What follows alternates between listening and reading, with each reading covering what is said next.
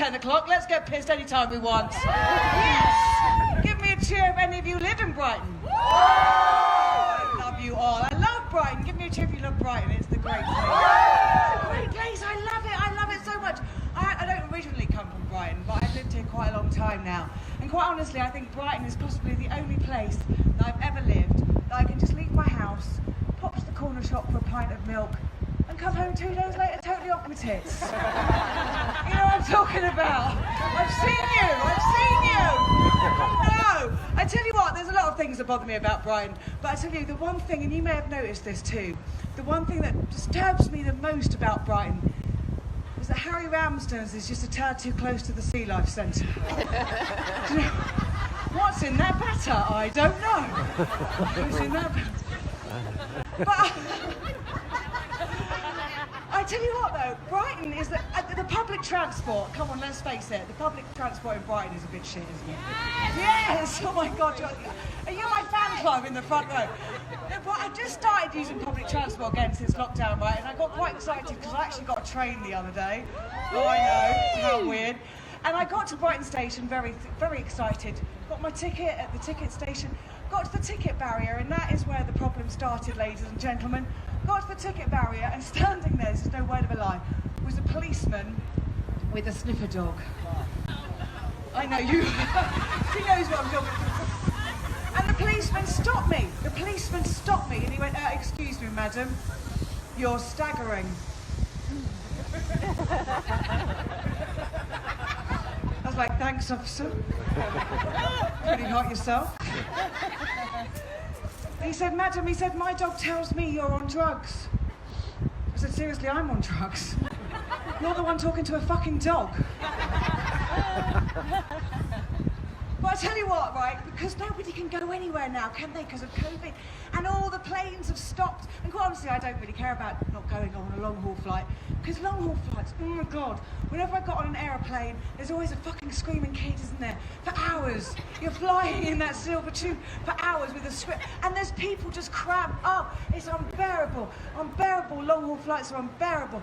And quite honestly, what I used to do when I used to do long-haul flights, I'd take a little sleeping pill. Yes. Spot the chunky over there.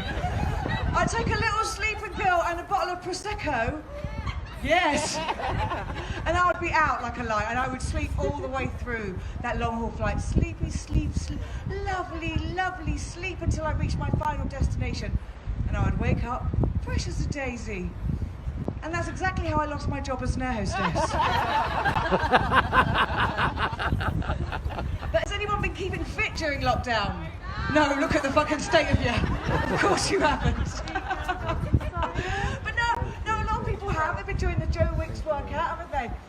But my grandmother, she started it all, quite honestly, quite a few years ago. At the age of 65, my grandmother, she started walking a mile a day. A mile a day at the age of 65.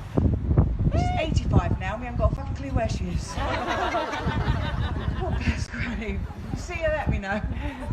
But everyone keeps saying to me, Charmaine, because it's a very Brighton thing, isn't it, to do yoga? Everybody, yeah, oh, I bet you do yoga, don't you? Look at her in her bleeding blanket sitting in the front row. Yesterday it was summer, today it's like freezing winter. But no, everyone goes, Charmaine, you should go to yoga. Charmaine, go to yoga, it will make you flexible. Charmaine, go to yoga. They all sound like that because they're so fucking weak.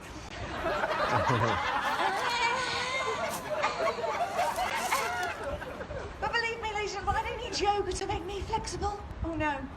Just a couple of glasses of wine get my legs behind my head, so cheers.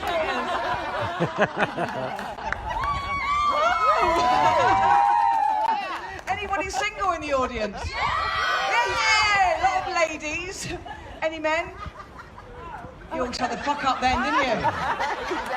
Bastards. I tried internet dating, right? I thought, I've got to give it a go, because it's the thing to do now, isn't it? I bet that's where you two met. Yeah, exactly. You went, Greg, I could tell. No, it's the thing to do. Internet dating is the thing to do, right? And so I put my profile out there in cyberspace, and I was quite excited, because I thought if I get a response, I could potentially meet my future ex-husband. But I sent it off into cyberspace, and I got a response quite quickly. It said, babe, you're hot, I've got coke, want a party? I know. I was as shocked as you lot were, because who knew I'd meet someone so compatible so quickly? Brilliant. Oh, but listen, right, this weekend, actually, I've got a big announcement. This weekend, I've been doing stand-up comedy for 9 years. I know, who thought it would last this long? And I feel like I've peaked this evening. A freezing cold fucking gig on the beach. That's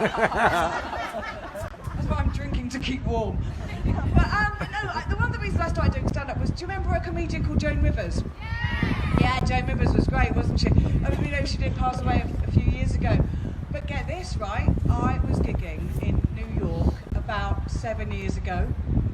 I know, and I thought, one day I'm going to live the showbiz dream, and I checked into a really fancy hotel on Times Square, and I was like, I've made it! Bloody made it! It's a bit like tonight, really, do you know what I mean? It's the same kind of vibe. A peak. But I was checking into this fancy hotel on Times Square, and I was like, oh my God, this is it. And I'm talking to the receptionist, and as all this is going on, I heard this really familiar voice behind me, and I had a little look. I was like, oh my God, it's Joan Rivers. Joan Rivers is coming into where I'm staying. I can't believe this is my comedy hero. This is why I'm doing this. And I thought, do not look an idiot in front of your hero, Charmaine. Just calm down. Do not look an idiot. So I said to the receptionist, I said, oh, listen, could I have a wake-up call, please? And with that, I got a tap on the shoulder. And I looked, and it was Joan Rivers. And she went, oh, you want a wake-up call? Oh, you're the wrong side of 30. Your career's in the pan and you look like crap. That's your wake-up call. So never meet your heroes, ladies and gentlemen. Because the truth hurts. And I'm glad she's dead. But I've been Charmaine Davis. You've been lovely. Thank you. Good night.